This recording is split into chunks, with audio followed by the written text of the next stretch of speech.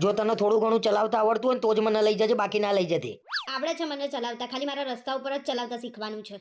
ડાબી બાજુ કઈ બાજુ કહેવાય ને જમણી બાજુ કઈ બાજુ કહેવાય? આ બાજુ ડાબી કહેવાય, આ બાજુ જમણી કહેવાય. હોશિયારી માર્યા વગર બેહી જાવ ને. તમને એક ના જ આવડે? હારું હેડ ને ભાઈ જવા દે ને.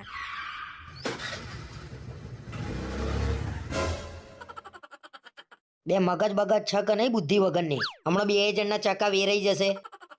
હવે બોલ્યા વગર બેહી રહો ને. ઘરમાં શીખવાડો તો આવું જ થાય, રસ્તા ઉપર શીખવાડવું પડે.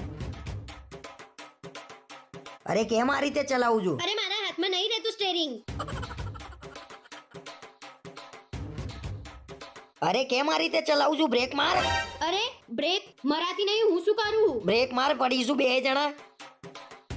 એ બ્રેક માર. ગયા ગયા ગયા ગયા ગયા ગયા. બેહી જજે, બેહી જા. આજ પછી છે ને મને એક્ટિવા શીખવાડો એવું કહેતી જ નહીં, મહેરબાની કરજે. મારા હાડકાન બાળકા ભાગી જુએ એટલું દુખે છે. તમને તો કઈ નહીં, મને તો હાથ પગ બધું દુખાય છે. મને હાર્ડવેર ના ત્યાં લઈ જાઓ.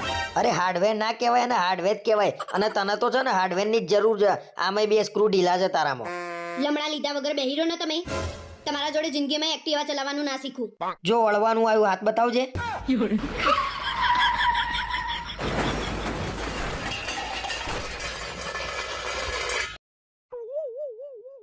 આજે તો રિયા ભાભી ને ગુલાબ મળી ગયું હશે.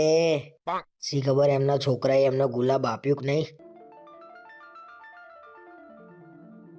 રિયા ભાભીને ગુલાબ મળી ગયું હશે નહીં? હા, શેનું ગુલાબ? શરમ વરમ આવે છે કે વેચી ખાધી? અને રિયા ભાભીને કેમ ગુલાબ મોકલાયું તું? મેં? મારે શું લેવા મોકલાવવું પડે એમના ગુલાબ? આ રિયા ભાભીના મિત્યાએ લોચો માર્યો લાગે છે. એ તો મને મીતે કીધું કે કરણ કાકાએ તમને ગુલાબ આપ્યું કે નહીં, કે મારા મમ્મીને તો ગુલાબ મોકલાયું. અરે હા, એ તો મેં એને ગુલાબ આપ્યું તું મિતને. એને એની માને આપી દીધું. આ છોકરાઓ કોકના ઘરમાં ઝઘડો ના કરાવે.